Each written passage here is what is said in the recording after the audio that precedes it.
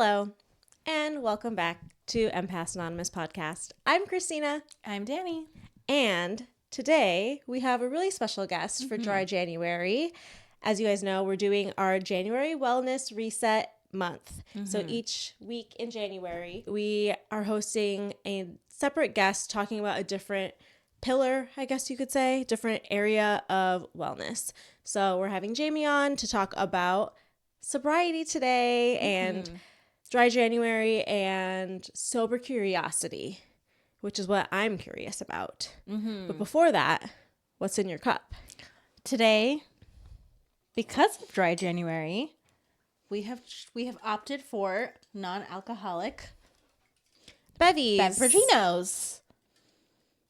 Kin euphorics. I believe we've drank a kin. One of us, at least, Yeah, have tried a kin. I think so. Before.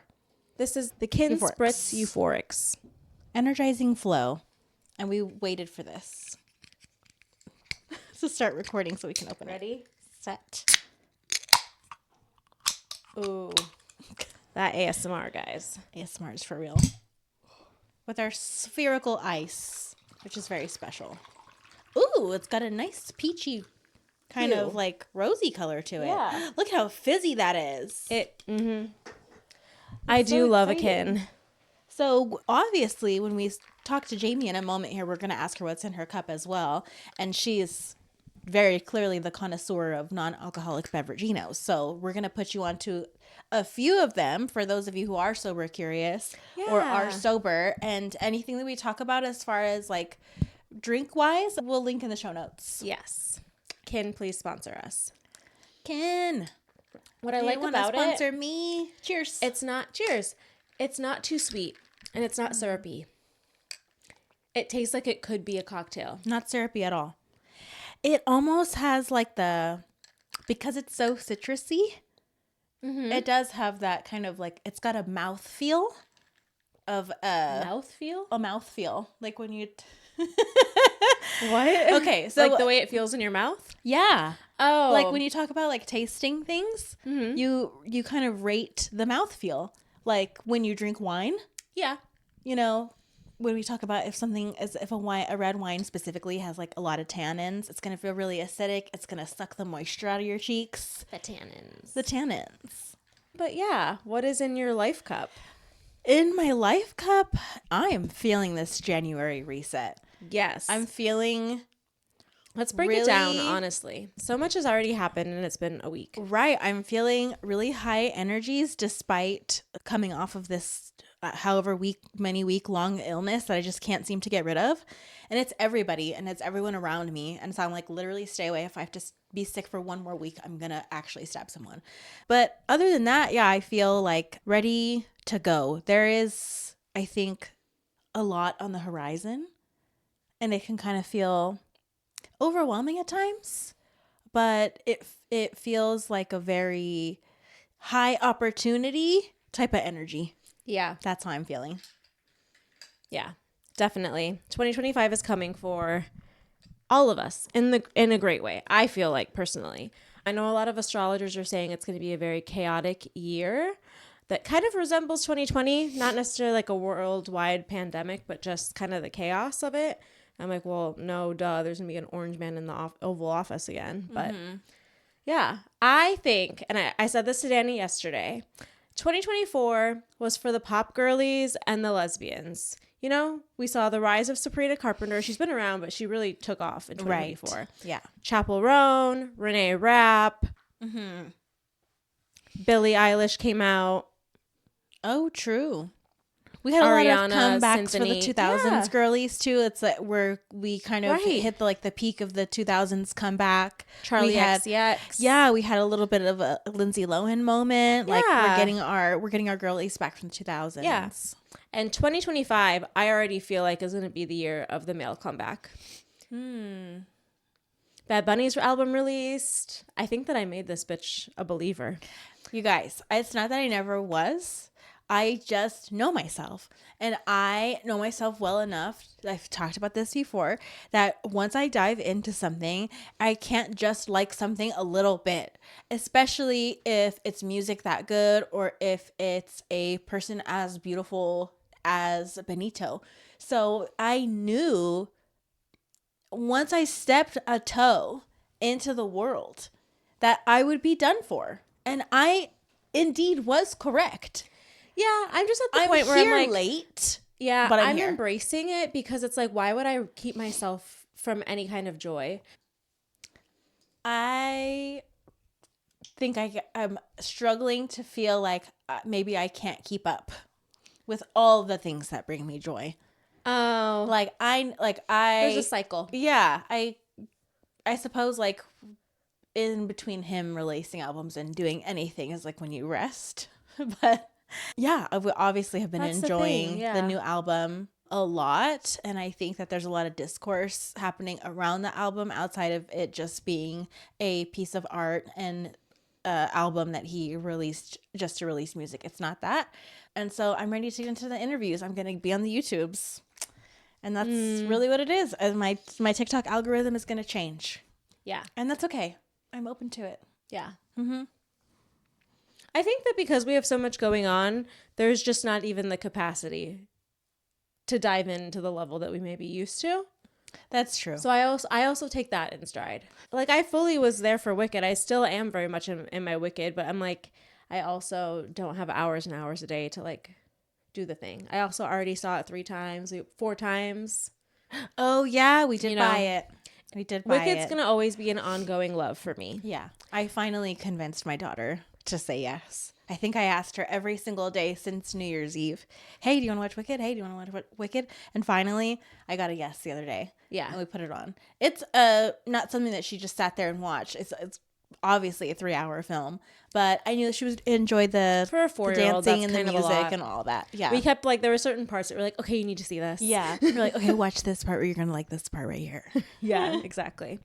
But yeah, the year of the male comebacks. I also have just this inkling that Justin Bieber's going to pop off in some kind of way. Like, he's going to be back in the forefront again.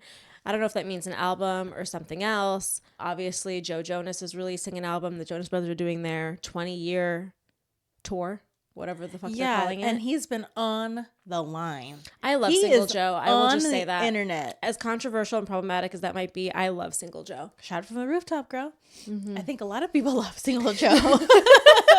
He is chronically online right now. Yeah. And there was a TikTok I literally just watched less than an hour ago. He's talking to their bassist, who they've had forever, Greg. And they're in a TikTok together, and it's very hilarious. But the premise is that they're on set. And so all the comments are like, on set of what? On set of what? Like, what are you on the set of? Oh, because they're in a trailer. Yes, I saw that. He posted on his story that he was in a trailer. They also have posted that they're like sitting around with 3 microphones. So like they might be doing a podcast. Right. They could be on the set of the podcast. Yeah. You never know. Yeah. Yeah. So there's I think that there's going to be a lot of the pop boys popping off. Also a lot of bisexual energy. I'm so wondering like what they are going to talk about. I know. If the 3 of them had a podcast. I know. I will shapeshift the shit out of this podcast to have them on. Podcast swap. Whatever it is you want to talk about. Yes, I know everything about it. I don't know what it is we're going to talk about, but whatever it is, I already know everything about it. Well, just ask me on. I feel like with the Jonas Brothers, we've always been in similar eras as them because we're close to their age. Yeah. It's like we're the same age as Nick. Yeah. We're the same age as Nick. Joe's like, what, 2 years older than us? I think so. So it's like we're around their age, so we're in a similar life stage. Mm-hmm. Joe's also like newly single, co-parenting. Mm-hmm. They're in 2 different... Talk about a co-parenting situation. They're in 2 different countries. Yeah, that's a lot. Yeah. I don't know about any of that. Yeah. 2 countries is a thing. It is a lot. I'd imagine they're spending weeks at a time. Mm-hmm. Oh, for sure. There's no way that they're commuting back and forth that often. But yeah, I don't know the numerology behind it, but my personal feeling is that even years have female energy and odd years have male energy. And I don't know, like a male dominated energy. If you know about numerology and if you know that to be true, you can let me know. If I'm totally wrong, that's fine too. I've seen people put like a color to a number or like a personality to a number, so I could see how that could work out. Yeah. Like 4 would act like this if they were a person. Right. Or like 7 would act like this if they were a person. Right. Yeah. I'm like looking at 2022. I'm like, that also felt like a very feminine year. 2023 and 2025 just feel like boss years. Like male. Okay. Numerology, energy. people and girlies, please chime in. Yeah. Let us know. Yeah. But that is how we are feeling coming into January. Very hopeful, very excited, lots of cool things lined up. But without further ado, we're going to get into our interview. So I hope that you guys enjoy it. Here is our interview on sobriety with Jaime.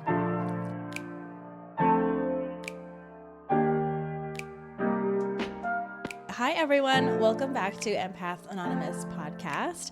As you all know, we've already introduced our guest, but today on the podcast, we have Jaime of Hypegirl Healing, and she is an alcohol-free educator, coach, mentor, and community leader with a passion for helping wellness seekers find true freedom. Jaime is empowering her community by teaching how to navigate your social life with friends, family, coworkers, holidays, events, and everything in between, but without the alcohol. Welcome to the podcast, Jaime. Well, thanks for having me. It's such a pleasure to be here with you ladies today. Of course. Thanks for coming on. We've been wanting to have you on for a while, so we're really excited. Same, very much the same. So happy to be here. Oh, thank you. Well, we start out every episode or every interview with our guests asking what's in your cup. So today we also brought non-alcoholic drinks. We have Kin with us today, but do you have anything in your cup today? Yeah, well, we're doing a champagne flute to celebrate the new year, and we are drinking the Frisianet non-alcoholic rosé, which is like chef kiss dynamite for anybody who is into the champagne scene and looking to kind of move away from alcohol. The non-alcoholic scene is wild and awesome and amazing. And I was never like a huge champagne drinker when I was drinking. I enjoyed it every now and again, but now that I don't drink, it is like my top fave category. So cannot recommend the Frisianet Rosé in particular enough. So we popped a bottle for today's episode for you. Yay. Love that. We love celebrating anything. Yeah, we'll have to try it. We're going to link everything for people in the show notes as well so that they can find alcohol-free brands to try. Awesome. Okay. Awesome. And then what is in your, what we call life cup? How are you showing up today to the interview? Oh my gosh. Well, I think it's just a renewed sense of purpose and energy with the top of the new year. Last year was a really difficult year for me personally, with some things going on with me and my family. So I was definitely happy to say goodbye to 2024 and just really welcome in the new energy. So I'd say refreshed and rejuvenated is what's in my cup and ready to take on 2025 for sure. Oh, good. Love that. Yeah. Sorry to hear about your 2024 not being the best, but I think that a lot of us are kind of feeling the same. It's like out with the old energy, and like 2024 just felt like a growth year, like a test year. And 2025 feels like get in your rocket ship, it's ready to go to the moon kind of year. Love that. Absolutely the same. And hey, listen, that's the thing about life is that it ebbs and flows and you can't have the good without the bad. So I'm glad that I had that dumpster fire of a year last year, because that means now I'm ebbing up to all the good stuff that 2025 is going to bring. So like, bring it on. I'm ready, Right. The cream can rise to the top. Absolutely. Exactly. Helps you practice gratitude that much more when you understand that life is not always going to be the peaches and cream. Yeah. For sure. Absolutely. Yeah, so we wanted to get right into it. As an aside, whatever amount of information you're comfortable sharing, please share. Whatever you're not comfortable sharing, please keep that in. And Sure.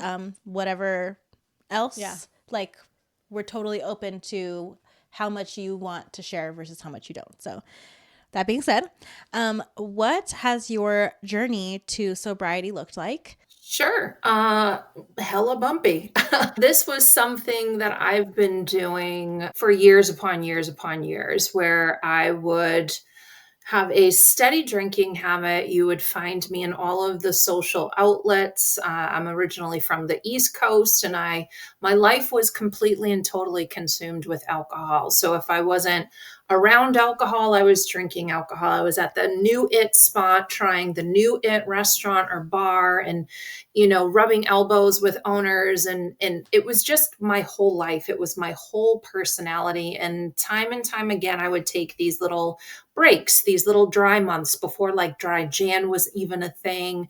And I think a lot of people will resonate with this, where you're just like, you're taking a break, like, whoa, the holidays, I overindulged a little bit too much. I'm ready for a detox. Or, oh gosh, the summer I went really hard. It's time to wring out the liver a bit. And I'm just going to take like a week off of not drinking or take it light. So this has been something that's been amping up for years, because I, like the rest of the world, thoroughly enjoyed drinking and alcohol. What I didn't love were all of the negative side effects and the way that it would make me feel physically, emotionally, mentally, and all of the tentacles that reached out from this one habit with alcohol. And so I had done a number of dry Januaries, probably at least 5 successful ones. And the common denominator was that when I would finish that 30-day mark, I celebrated with what else? A glass of wine that turned quickly into a few glasses, which quickly erased all of the progress that I had made for 30 days. So I would tack on and make it 60 days. Then I did 75.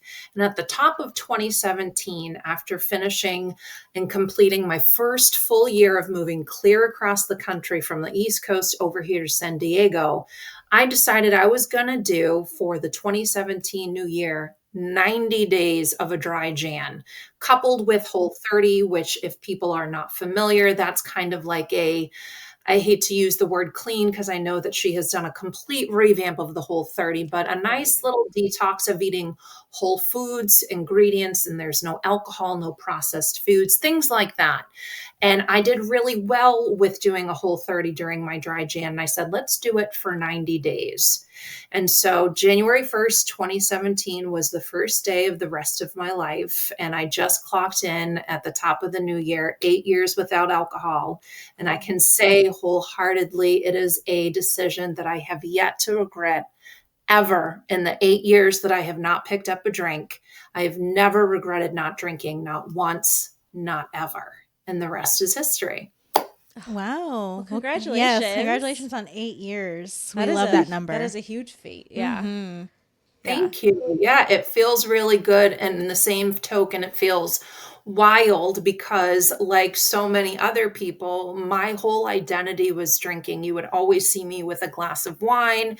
I was always drinking or consuming something. That's how I connected with people. That's how I felt like I knew how to be myself. It was how I relieved stress. All of the things that alcohol plays in our life, that was me. And to think that I haven't had a drop in 8 years is pretty wild. So yeah, I was definitely celebrating on the first. It never gets old, and it is definitely worth celebrating each year that it clocks in another year without alcohol. So thank you so much. Yeah, absolutely.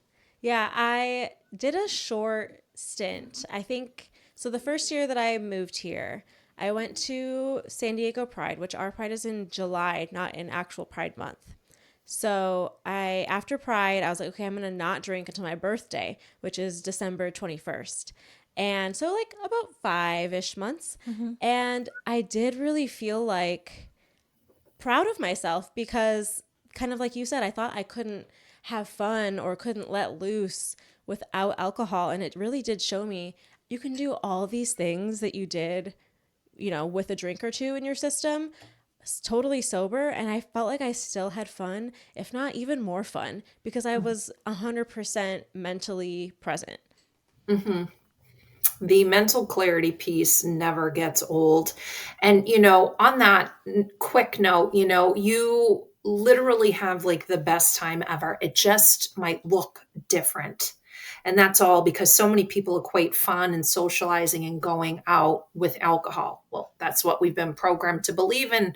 Pretty much all of us have fell into that trap. But once you remove it, the fun has only just begun. It's just going to look a little bit different. It's going to feel a little bit awkward in the beginning because you're used to that social lubricant. But I promise you, like, life is just beginning for you when you give up alcohol, and like fun is on a whole new level when you stop drinking, for sure. Yeah. Yeah. And I do feel like it was almost when I stopped drinking, it was almost like I ripped the Band-Aid off of the Mm. numbing, and I kind of got deeper into some of the things that I was maybe trying to mask with the alcohol, because sure, alcohol might make you feel pretty good for about a couple hours, but then afterwards, there's that little crash, and you're always covering up that thing that you're trying to avoid, whether it's social anxiety or other things. And I felt like I really was able to kind of get down to the root of some of those things without alcohol being in the way. For sure. I mean, there's no denying the numbing agent and numbing properties of alcohol, and it's different for everybody, whatever that thing is, or things, I should say. And once you remove that, those things kind of bubble to the surface. And that's where a lot of the work that I do comes into play, because you'll start to realize that removing alcohol really isn't necessarily the hardest part.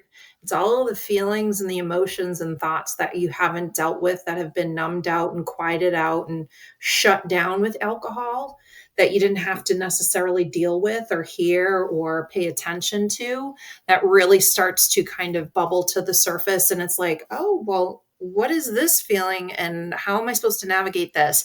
And then that's where like the whole like can of worms and peeling back that onion comes into play. And that's the stuff that I love doing. But yeah, it's an interesting process, because for so many people it's the alcohol part. Oh, this isn't so bad. I can have fun. But oh my gosh, social anxiety. Oh my gosh, this thing that I haven't dealt with since I was 12. Oh my gosh, why is this at the surface when I'm trying to just enjoy my friends? Why am I thinking about this? Mm-hmm. And then that's where like a lot of the tools and the resources that I kind of introduce to women comes into play. So That's awesome. So correct me if I'm wrong. What you do is when women choose a sober lifestyle, you're there then to kind of help them navigate all of those things and kind of help them feel empowered around friends and family and how to kind of live your life sober without always feeling like you're missing out.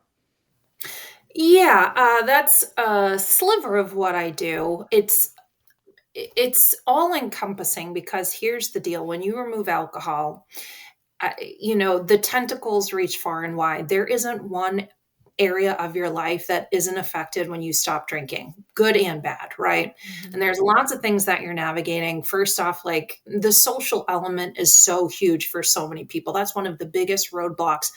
Who am I without alcohol? How am I supposed to connect with my friends without alcohol, my family? How am I supposed to navigate holidays? Like so many questions that revolve around like socializing, social life, and being a social person in this world. But also, a lot of the work that I'm doing is really building community so that you're not doing this alone, because this work and this journey and this path is never meant to be done alone. I did it back in 2017 by myself because sober curiosity was just starting to be a term. I didn't even know what it was. And for me, the only options were AA or bust. AA or figure it out and cut it back because everybody else has a handle on their drinking. Why don't you?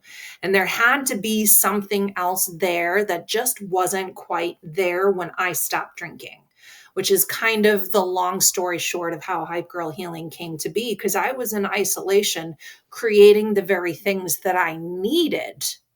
And then when people found out that I stopped drinking, and then they wanted to talk to me and find out how I did it because they don't want to go to AA, then I realized like it's a shame and it's a crime for me to keep this information to myself. I need to make this public because clearly there's others like me. Little did I know that there is this entire spectrum of people that are the official term is gray area drinking, where you're not necessarily a full-blown alcoholic or an addict, but you're not this unicorn that's a one drink wonder who can have that one glass of champagne on New Year's Eve and then walk away from it, let alone like not even finish it. I don't know who those people are. There's millions upon millions of us somewhere in the middle floating around trying to figure out, do I actually enjoy alcohol? Have I just been following the crowd because that's what I've been told and society told me this is how I'm supposed to have fun and celebrate and relieve stress and connect with others? So that's where Hypegirl Healing came to be. So another really big part of what I do is bringing these women together so that they can meet other like-minded women, because when you can validate your experience, which feels very isolating and only a you problem, and realize that that woman and that woman and that woman and that woman and and millions of other have your exact same story, you don't feel so alone. And that's where you become empowered, knowing that there's other people who've walked this path and succeeded, because you're the sum of the 5 people that you're surrounding yourself with. And for so many of us, we're still surrounded by people who have a healthy or an enjoyable or a whatever relationship with alcohol that is not reflected on our relationship by any stretch. Right. So when we want to be around others who aren't drinking or maybe exploring that different relationship with alcohol, it's so important to be around others. So that's a large part of what I do as well, in addition to supporting all of the changes that are happening as you're removing alcohol, changing your thoughts, your feelings, and your actions to move towards that wellness-driven lifestyle that you're seeking as you remove alcohol from your life. Right. Because it seems to be a total overhaul. Like you said, it's not just the alcohol. It's like, okay, what do you put in place then so you feel supported, you have your people? You kind of led me to my next question, though. Okay. So, of course, in January, we always see a huge push for dry January. But even beyond that, I feel like a lot of millennials and Gen Z are choosing sober lifestyles. One of the questions I got a lot when I just chose to not drink for, that 5 months was like, well, why? You're not an alcoholic or anything. So one thing I did want to explore with our listeners is, why is sobriety not just for alcoholics? Because we're waking up to the fact that it's not making us feel the way we want to feel. That was my whole purpose, is that I sat here, and if everybody asked the same question to figure out if you have a problem with drinking or not, nobody wants to admit that they have a problem. So if you're sitting down and you're thinking about not drinking and you're like, but do I have a problem with alcohol? Do I have am I an alcoholic? I don't think so. No, I think I'm okay.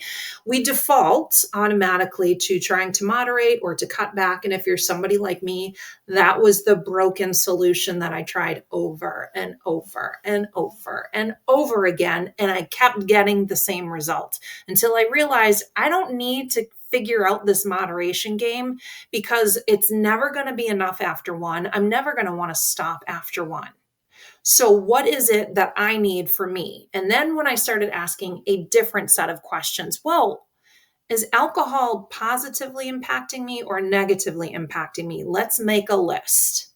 Well, you can imagine that my list of how it was positively impacting me versus how it was negatively impacting me, the proof was in the pudding. It was visibly like clear as day that, there's the receipt. It's causing me a lot more negative things than it is for the good. So why am I continuing with this habit that has a lot more negativity associated to it instead of positive? Now, I also felt like crap. I hated having hangovers. That is my why. My why is I never want to have a hangover again. I'm done with that nonsense. I am done feeling like that. That is your body crying to you, please stop putting this thing in my body because it makes us feel like crap. And also because I had been on a wellness journey for plenty of years, and how I didn't think to take a look at this pink elephant in the corner called alcohol and my drinking habit, but yet I would choke down the green juice.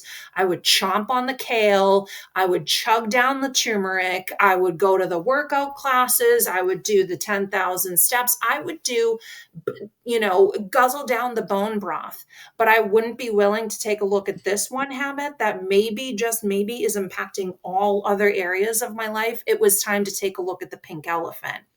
And so it's not just for alcoholics. And that is the misconception and the stigma that we're trying to break. I would say the leaders here in the sober, curious, and alcohol-free space is that this is a lifestyle change. This is a health and wellness change. And just this past week with the top of dry January, the Surgeon General just came out saying that this is the third leading preventable cause of cancer is alcohol, right behind tobacco and obesity. And the way that the internet erupted saying, what? And they want to put warning labels saying that this is like a known carcinogen on alcohol. Why? Because it's a toxic substance that doesn't make us feel good. Never mind it's addictive, and never mind it goes against all of the health and wellness benefits that my audience is looking to achieve. It is literally standing in the way of you and your health and wellness goals. So it is for anyone, for any reason at all, at any time, at any point in your life. This is not just a decision for one group, not a decision for one distinct category of people. This is a decision that is open to anyone and everyone who has ever consumed alcohol and has decided maybe this just doesn't fit into my life for the myriad of reasons that you're choosing to look at your relationship and make a change. Yeah, I'm totally there with you. I mean, I am still on my journey of figuring it out, and I definitely want to explore it more. And I know that it's not good for my health. Like, we're consuming poison. So I think I always have been so confused about that, because like there's always been such this stigma around marijuana, but yet alcohol is poison and a carcinogen, and like, that's okay. That's legal. There's, a big thing that we have is, when you tell people like, oh, I'm not drinking, and they're like, but why? You don't have a problem, like you stated, right? We don't do that with other substances that are harmful for us. We don't do that if you're into cocaine. We don't do that if you're into heroin. If somebody says, hey, I quit heroin, they're like, that's great. Hey, I'm not drinking. Why? Why would you do that? And so there is this constant stigma that we're trying to break down. And I think we're getting there. And a lot of people are referencing that this is, the breakdown of an empire, just like we saw with cigarette smoking, where, just a few decades back, everybody did it. It was a social thing. It's what you did to relieve stress. It was all of these things that alcohol like now represents. And the downfall is starting to happen because the gig's up. People are realizing like, it's not the only way to have fun. It's not the way to connect and socialize. It's not the stress reliever that we thought. And in fact, it's dangerous and harmful to your health.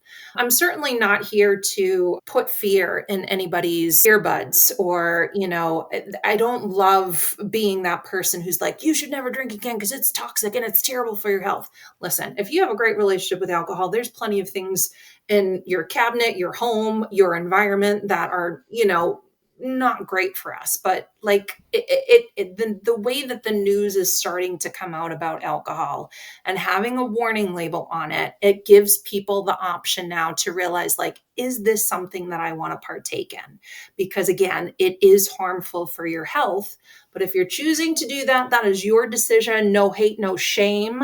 And I just kind of want to make that loud and clear because that is not a part of my messaging. And I don't love people who are just shaming people into sobriety because it's awful and it's toxic and it's all these things. Like, make your own informed decisions. And I'm glad that we will be moving in that direction if they do put a warning label on alcohol. Again, this news just broke at the top of dry January. So it's like, okay, so more information to make more informed decisions. And it doesn't mean, it has to come, how do I want to word this? It's not just a poison for people who are alcoholics. This is a decision for everyone to kind of consider when you continue with your drinking habit. Right. Yeah, I like that you said you're not here to shame anyone. More often than not, I think all of us understand that when you shame someone for a choice that they've made because of, social pressures, societal ideals, you pretty much find them turning the opposite way from you. Like, they're walking away from whatever it is that you're shouting at them because you're making them feel very uncomfortable. You're not helping them to realize they can make the choice for themselves in an informed way. And it reminds me of those like really intense religious zealots on the corner of like Disneyland who like are shaming everyone for walking into Disneyland, but they're screaming into a microphone. It just kind of like, Right. I saw a TikTok the other day where it was like, I don't think that's the right way to bring people into your like community, right? Whether it's religion or anything else. So I do appreciate that sentiment that you're not here to like, you know, I guess hit the, what is it called? It's The gamut. yeah, the gamut, right? Like you're not here to like yell at everybody. You're here to provide that information and say, hey, if and when you do decide to make that choice, I'm right here as a support for you with the resources that you found beneficial to yourself. So we've touched on this a little bit throughout, but as far as the mental clarity and all of the things that were on the positive lists of what would happen if you gave up alcohol, right? How else have you noticed in your personal life or with other people and women that have come to you for that assistance? How have you noticed their lives change for the better, both mentally and emotionally? Oh, I could talk forever about this because I host a free weekly online meetup for anybody who's sober curious or, new to the alcohol-free lifestyle. And I always intro that like, these tentacles reach far and wide. And, aside from probably what you've seen with better sleep, better skin, the sparkle in the eye comes back, overall general like physical health improves, mental clarity is great. There are just so many other parts that this touches that doesn't get a ton of airplay, if you will. So, like, you're making better connections that are more meaningful for you. So, while the friendship department gets real dicey, you start to take off the rose colored glasses and you start to see things exactly as they are. So, as some of these friendships start to kind of crumble, you are making way for more meaningful relationships with people that matter, that are going to meet you and raise you to a new higher level. And that is one of the benefits that I know my community sees all the time. Plus, we realize like, okay, so if alcohol's been numbing me out, what else have I been numbing myself out from? Dreams, aspirations, goals. So the way that the Hype Girl community is kicking ass and taking names, it's unreal. So nothing is off the table. We're looking at careers, we're looking at relationships, we're looking at what defined us to be happy and going after those things, knowing that there is no limit because now we have boundless energy. We have a strong support system. We have like minded women that are surrounding us who are cheering us on and letting us know, like, you got this. I'm here to catch you if you fall. And it doesn't matter because we're building the bridge with you to get you there. The way that, we're able to handle really big emotional experiences that happen in your life that's debilitating, that people would just go and numb out because that's just really difficult stuff. We know how to manage the really difficult things in life with which just equips us for bigger and better things that we want in our lives. So, the emotional resilience is astounding because the way that these women, and I'm going to like kind of focus on my community for just a minute, we kind of share everything again because sobriety affects every part of our life. So there's really nothing off the table that we don't talk about. So some of us have had some really trying things in the time that I've been working with my community, in particular online. And the way that we were able to bring that and show up authentically and not try to like dull it down and not try to make it look better than it was, and just be able to authentically say, this is what it is. This is how I'm showing up. And I just need this space to just be like this because this is the only space where I'm able to do that.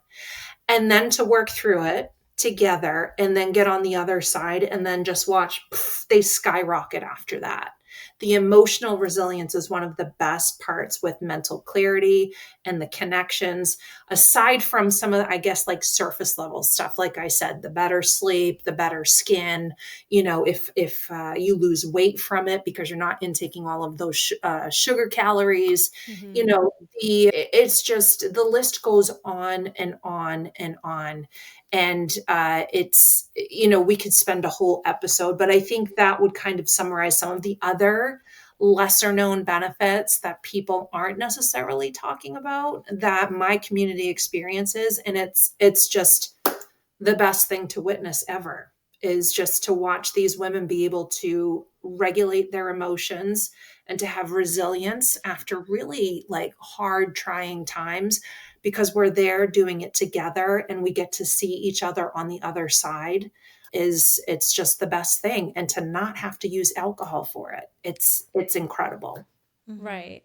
Yeah, it's empowering when you make a choice to change your lifestyle, when you have people around you who are also willing to do that with you, whether it's choosing to be sober, choosing to eat differently, because then you know that you have people in your corner that are rooting for you and you kind of go along this journey together. I mean, it's so cliche, but there's so much strength in numbers. And I think that I was in a coaching cohort earlier this year, and the best part of it was the fact that we all could just learn from each other, because I would hear how somebody else's week went or a breakthrough that they had. And I was like, wow, that's so inspiring. Like, I'm going to start, looking into that, or like, I'm going to add that into my daily practice, or hey, let's just like meet up and like talk about what that means to us, or I want to hear more about, why you came to that conclusion. So I think that healing and going on a journey to change your lifestyle with people is so rewarding.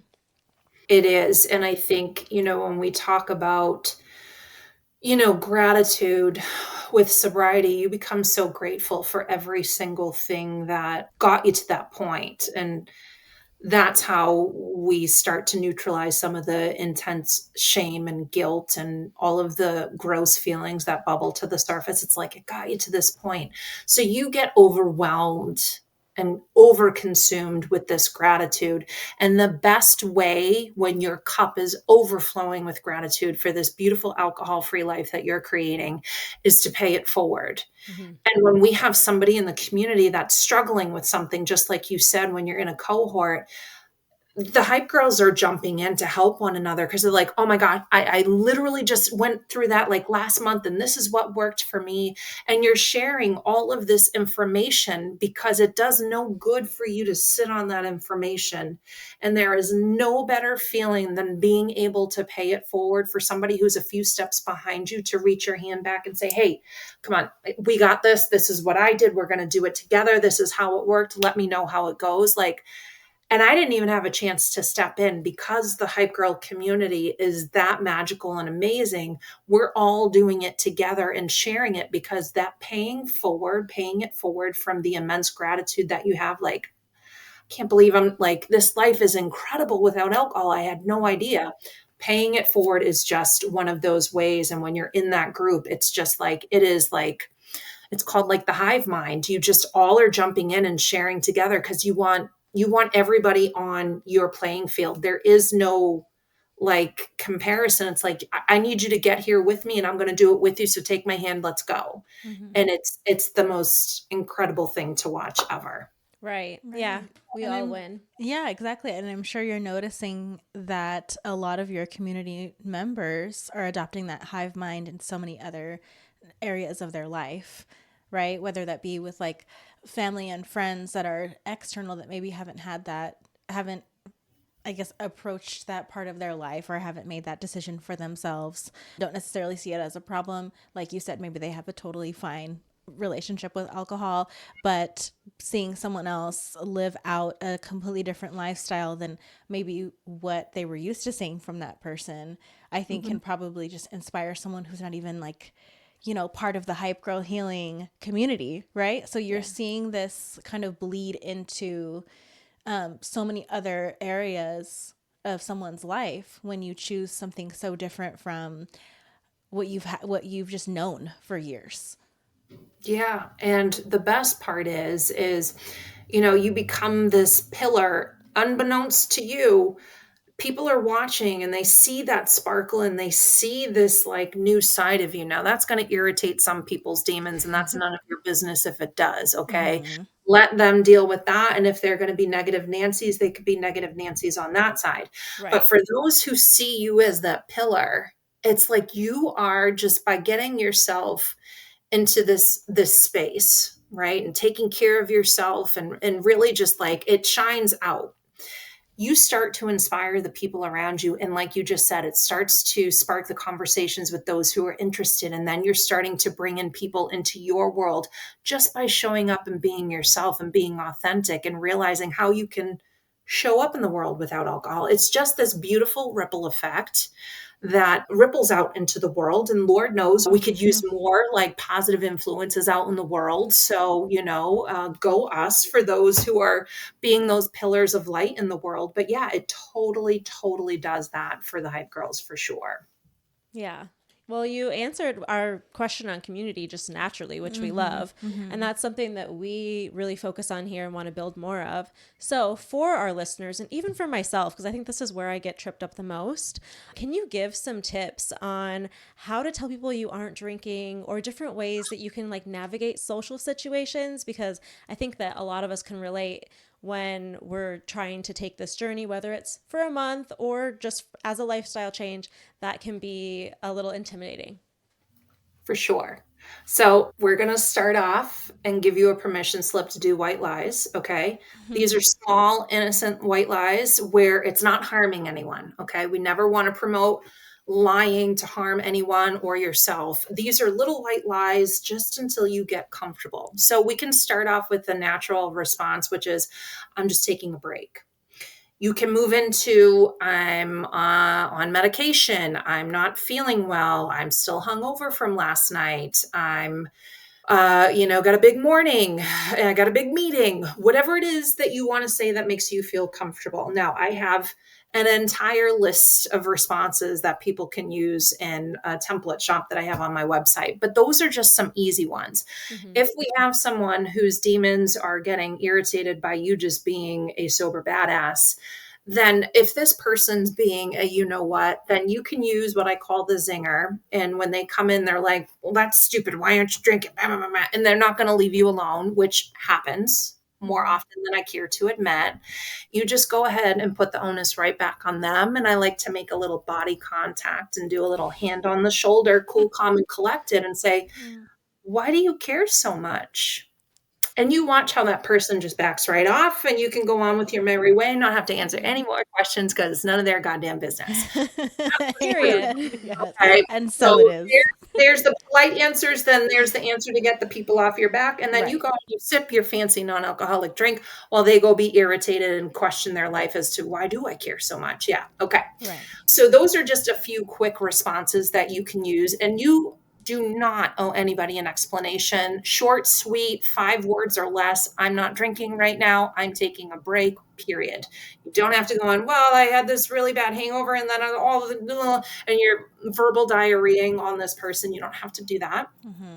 Find your comfort level. I definitely recommend having 2 to 3 responses practiced in your back pocket if it makes you that nervous. And for most people, it does. So it might sound a tad like crazy, but you want to practice it so it's second nature, because when you're nervous, you tend to talk more. So just practice makes perfect. Keep them tucked in your back pocket before the social event. Now, a few tidbits on how to navigate social scenes. They're going to change. But if you're going into the boozy atmospheres that you're used to, a few quick little like off the cuff tips: arrive late, leave early. If the event is 7 to 10, you're going to show up at 8:30 and maybe you hang out until like 9:15.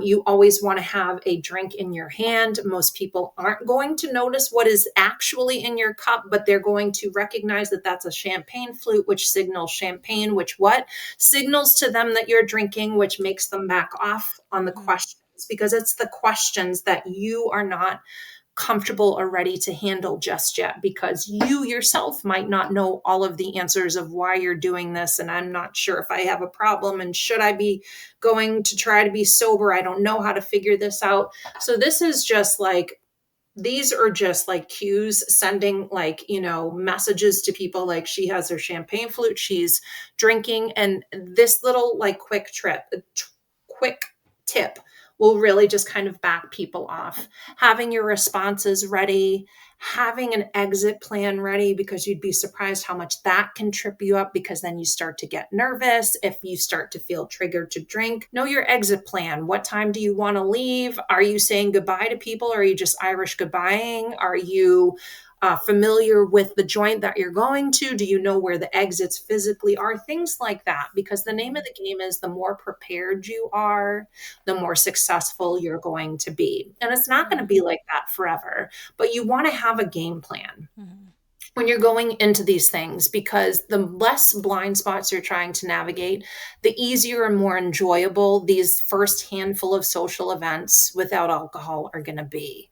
So I actually have a free resource for people who are navigating the social scene, because it is such a huge trip up for people, which walks you through a 20-point checklist to make sure that soup to nuts, you are good to go, including your responses, including these things like arriving late and leaving early, making sure you have a drink in your hand, making sure you know where the exits are, things like that, because you'd be surprised. Just having that game plan really relieves the stress. It's one less thing of the unknown, which causes us to feel nervous, which causes us to drink to calm the nerves. So those are just some quick, like off the cuff things that you can do.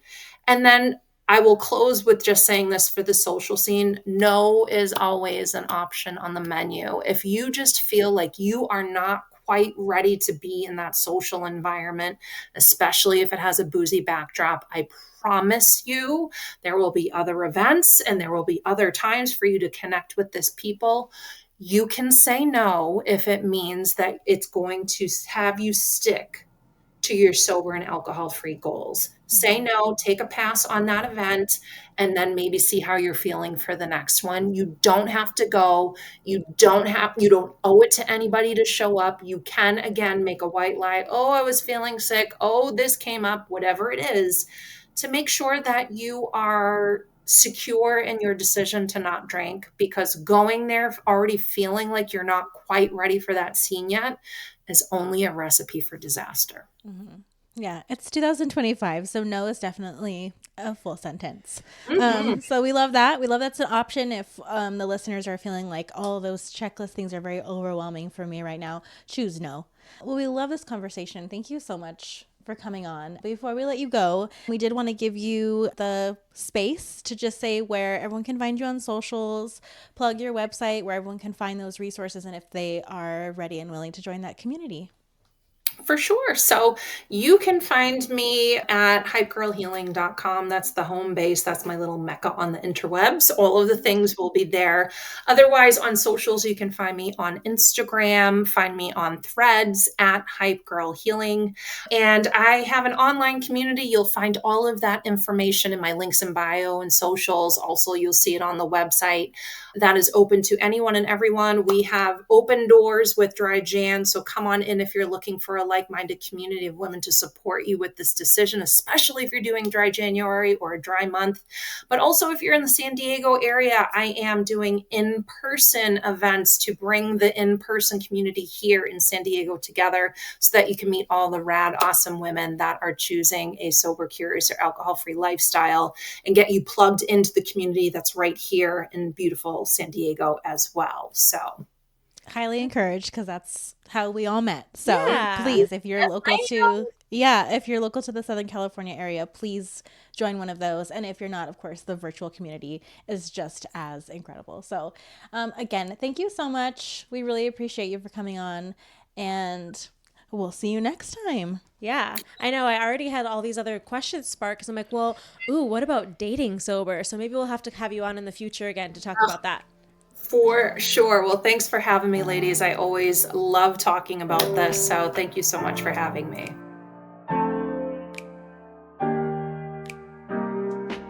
All right, you guys.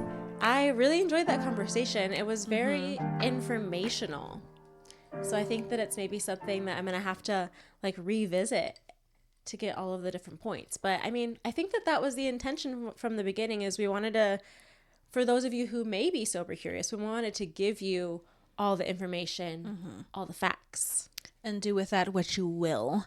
Like Jaime mentioned in the episode, and like we reiterated, we're never here to tell you what to do with your life. If you're curious enough to where you want to explore the community that Jaime has online, if you're local to San Diego, make that an in-person exploration. She's so lovely. So even if you just want to go meet her and like pick her brain for a little while, like I would absolutely encourage that. Fun fact, we met both her and Pam in the same day. Pam of Cafe Con Pam. Of course. When we talk about Pam here, there's only one. I'm not talking about the butter spray. No, and we're not talking about The Office. No, we're not. Yeah, so anytime I reference Pam, that's who I'm talking about. I'm never talking about anything or anyone else. And it's like the Pam, you know what I mean? For me anyway. But I think that, yeah, like Christina said, super informational. Again, if you're curious about it, please visit those resources that we're going to link in the show notes. And we also are always going to be transparent with our audience that although we may have a guest that shares certain information or certain things about their lifestyle choices, doesn't necessarily mean we are automatically making that choice for ourselves. Is it something that we're always going to have to think about? Absolutely. Are there adjustments that I'm probably going to make after this conversation? I think so. But there's no rigidity here. There's no judgment here. Yeah, that's the thing. And this is a totally open and honest place for you to be like, hey, this inspired me to do this. Or, hey, didn't even really align with that. I have a great relationship with alcohol. It doesn't affect me none. And I could have a glass and, like she said, walk away from it. Right. You know, a lot of people are like that. A lot of people, like, doesn't affect them one way or the other. Yeah. And a lot of people are the opposite, where it's like, if I have one, I'm having 5. Right. You know? And so that's a choice for you to make. And that's something that I've expressed too, is that one, doesn't do anything to me. 2, doesn't really do much to me. It's like I'm having to have 3 drinks sometimes just to feel a buzz. Right. And then it's like I'm going to feel horrible tomorrow. I've spent $60 or That was more it for on me. drinks. And it's just, I don't know why. So it's like for me, giving up liquor is pretty easy from that standpoint because it just doesn't affect me. And I mean, it's never my aim to like get fucking sloshed. You're right. But if I'm going to spend $20, sometimes $22, $25 on a cocktail, I want to feel a little bit of I wouldn't be spice. spending that amount of money on just juice. Right. Exactly. Yeah, it's for the effect of feeling fun, fancy free, and loose, right? It's all about that social setting that we're talking about. But yeah, to me, it's like as we were having this conversation, I was having a little like side thought of like, if every single time I was going to order a cocktail or a glass of wine or something, what if instead of doing that, I put the money that it would cost me to do that into my savings account? Ooh. So it's almost like a reward system. Yeah, I think that's something we could challenge each other with. Like, do we really want a glass of wine right now? Or do we want to save money for something we're doing coming up? Yeah, always questions to be asked and honest answers to be given. Yeah, I would definitely identify myself as sober curious. I know the benefits. I know from a health standpoint that I probably should not drink alcohol at all or very, very rarely just because of the health issues that I have. I'm insulin resistant, so honestly, my body doesn't break down the sugar. So a lot of times I will be sober for a really long time and then all of a sudden super drunk because my body's not metabolizing it in the same rate as somebody else. It takes a lot longer for my body to metabolize that sugar, the alcohols. Yeah. So that's one of the major reasons. And yeah, I know that in my fitness journey, there is no point in me killing myself to go to the gym or yoga or on these walks every day, or at least, 4 or 5 days a week if I'm going to drink alcohol. It really just undoes the entire progress. So I'm looking at it from more of that standpoint, kind of like what Jaime was saying, a wellness standpoint. I'm not going to reach these certain goals, and even long term, like I don't want to be diagnosed with diabetes. Yeah. Like the cancer part of it, all the health things that we probably could have talked even several more hours about, that there's no positive side effects of consuming alcohol, period. And so because we all are just, I wouldn't say just now starting, but it's becoming a lot more public knowledge that like, okay, so there's no real health benefit to drinking any type of alcohol, then you do have to set up a pros and cons list. You have to decide that goal for yourself, right? So that's, I think, where we're going to leave it. Yeah. And then, of course, always open to conversations about anything we talk about on the pod. Yeah. I'm not going to sit here and say that I'm going to go completely sober from this day forward, but I already know, and it's already been my goal in 2025 to drink less. So I don't know what that's going to look like for me, because I honestly, until today, having Jaime on the podcast, like, I didn't really think about it. But I know that I will be drinking a lot less. So if that is a choice that you also are making, I will be on the journey with you. Yeah. It all is going to boil down to, what do you want your goal to be for the year and beyond? If you are super money focused, like I'm very money focused, then yeah, that's going to be my goal. Is if I want to save money for a very specific thing, then I'm not going to spend it on alcohol because I piss it out, you know, and it's just not worth the, like, I am a good time Sally. Like, I don't need it to have a good time. So if that's you, let's save money together. We'll like I'm sure there's apps for that, to like put money away that you would have spent on something, right? Oh, there are. I forget what it's called, but I used to use it. And I actually funded my entire Mexico trip by doing that. See? So it's like every single time you're out, you're training your brain to save that money into a very specific area. And you're like, oh, I saved that money because I literally would have just spent it right now on 2 drinks $60 later. You know what I mean? Right. So I think it's all about that. If you are health and wellness oriented, then make the choice for that reason. If you're both, double whammy. Don't let anyone make the choice for you. But with that, we hope you enjoyed the episode. We hope you enjoyed Jaime. Yeah. We did. Yeah. We'll have to have her on the pod again to maybe dive into some of these other, pockets that we didn't really get to dive into, like maybe more of the, health and wellness side. Or I personally want to talk about, what does sobriety look like when you're dating? Because I think the first question that you're asked is, hey, you want to go get drinks? And I'm like, not really. Yeah. And I've been noticing in more dating apps, there's an option to choose sober. Yeah. And I see people choose it all the time. I'm like, oh, that makes me kind of want to swipe on you more. Right. Because now I know that, like, you're exploring, like what we talked about with Jaime, exploring a lot of different areas of yourself without alcohol, which means you're doing a lot of, like, deep personal, like, interpersonal work. Yeah. It's expansive. The choice is expansive. So. Absolutely. Well, yeah, that's about it. Please share this episode with your bestie who may be sober curious, and let us know if you are doing dry January. We are wishing you the best of luck, if so, to finish out the last half of the month, and we'll see you next week. Bye. Thanks for tuning in to this week's EA meeting. If you liked this episode, please share it with a friend and leave a 5-star rating and review on Apple or Spotify. We'd love to hear from you. You can follow us on Instagram and TikTok at Empaths and On Pod. Don't forget to follow us wherever you listen to podcasts, or subscribe to our YouTube channel and turn on the notification bell so you're the first to know when we release a new episode. We'll meet you back here on the Green Velvet Couch next time. Bye, feelers!